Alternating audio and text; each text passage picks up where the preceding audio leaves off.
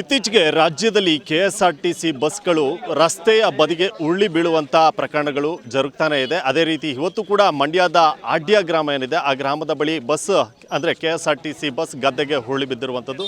ಆ ಒಂದು ದೃಶ್ಯವನ್ನು ತೋರಿಸ್ತೀನಿ. ನೀವೀಗ ದೃಶ್ಯದಲ್ಲಿ ಗಮನಿಸ್ಬೋದು, ರಸ್ತೆಯಲ್ಲಿ ಹೋಗ್ತಾ ಇದ್ದಂಥ ಕೆಎಸ್ಆರ್ಟಿಸಿ ಬಸ್ ಗದ್ದೆಗೆ ಉರುಳಿ ಬಿದ್ದಿರುವಂಥ ದೃಶ್ಯವನ್ನು ನೀವೀಗ ಗಮನಿಸಬಹುದಾಗಿದೆ.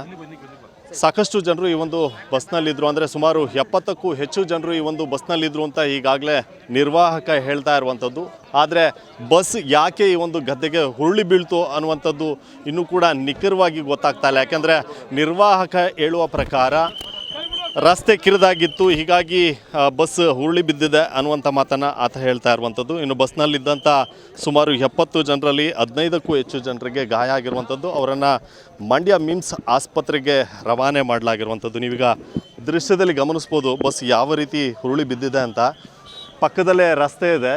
ಈ ರಸ್ತೆ ಮುಖಾಂತರ ಅಂದರೆ ಮಂಡ್ಯದಿಂದ ಹೊರಟಂಥ ಈ ಬಸ್ ಪಾಂಡವಪುರಕ್ಕೆ ತಲುಪಬೇಕಾಗಿತ್ತು. ಆದರೆ ಶಿವಳ್ಳಿ ಬಳಿ ಆಗಮಿಸಿ ಅಲ್ಲಿಂದ ಏನು ಪಾಂಡವಪುರಕ್ಕೆ ತೆರಳುವಂಥ ಸಂದರ್ಭದಲ್ಲಿ ಆಡ್ಯ ಗ್ರಾಮದ ಬಳಿ ಗದ್ದೆಗೆ ಉರುಳಿ ಬಿದ್ದಿರುವಂಥದ್ದು. ನೀವೀಗ ದೃಶ್ಯದಲ್ಲಿ ಗಮನಿಸ್ಬೋದು ಬಸ್ ಯಾವ ರೀತಿ ಉರುಳಿ ಬಿದ್ದಿದೆ ಅಂತ.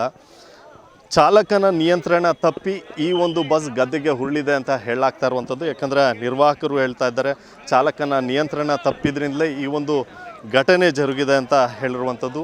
ನಿರ್ವಾಹಕ ಈಗಾಗಲೇ ಮಂಡ್ಯ ಮಿಮ್ಸ್ ಆಸ್ಪತ್ರೆಯಲ್ಲಿ ಚಿಕಿತ್ಸೆಯನ್ನು ಪಡ್ಕೊಳ್ತಾ ಇರುವಂಥದ್ದು.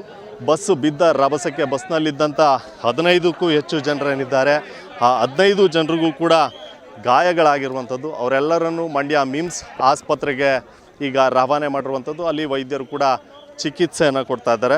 ಹಾಗೆ ಇಲ್ಲಿ ನೆರೆದಿರುವಂಥ ಗ್ರಾಮಸ್ಥರುಗಳನ್ನು ಕೂಡ ನೋಡ್ಬೋದು. ಎಲ್ಲರೂ ಕೂಡ ಈ ಒಂದು ದೃಶ್ಯವನ್ನು ನೋಡಲಿಕ್ಕೆ ಸಾಕಷ್ಟು ಸಂಖ್ಯೆಯಲ್ಲಿ ಆಗಮಿಸಿದ್ದಾರೆ. ಮೇಲಿಂದ ಮೇಲೆ ರಾಜ್ಯದಲ್ಲಿ ಕೆಎಸ್ಆರ್ಟಿಸಿ ಬಸ್ಗಳು ಉರುಳಿ ಬೀಳುವಂಥ ಪ್ರಕರಣಗಳು ಜರುಗ್ತಾ ಇರುವಂಥದ್ದು. ಹಾಗೆ ಇಲ್ಲಿ ಗ್ರಾಮಸ್ಥರು ಒಬ್ಬರು ಇದ್ದಾರೆ, ಅವ್ರನ್ನ ಮಾತನಾಡಿಸುವಂಥ ಕೆಲಸವನ್ನು ಮಾಡ್ತೀನಿ. ಸರ್, ಏನೋ ಹೇಳ್ತಾ ಇದ್ರಿ, ರೋಡ್ ಕಿರಿದಾಗಿದೆ ಅಂತ. ಇದು ಏನಾಗಿದೆ ಅಂದರೆ ಇಲ್ಲಿ ಶಿವಳ್ಳಿಯಿಂದ ಹುಲಿಕೆರೆಗೆ ಹೋಗಂಟ್ಲು ರೋಡ್ ರೋಡ್ ಕಿರ್ದ ಇರೋದ್ರಿಂದ ಈಗ ಆ ಕಡೆಯಿಂದ ಬಸ್ಸು ಈ ಕಡೆಯಿಂದ ಹೋಗ್ಬೇಕಲ್ಲ, ಆಪೋಸಿಟ್ ಆ ಕಡೆ ಲೈಟ್ ಕಂಬ ಐತೆ, ಆ ಕಡೆಯಿಂದ ಬರೋ ಬಸ್ಗೆ ಈ ಕಡೆನ ಸೈಡ್ ತಗೊಳಕ್ಕೆ ಸೈಡಿಗೆ ಬಂದವನೇ ದಬಾಕತ್ತು.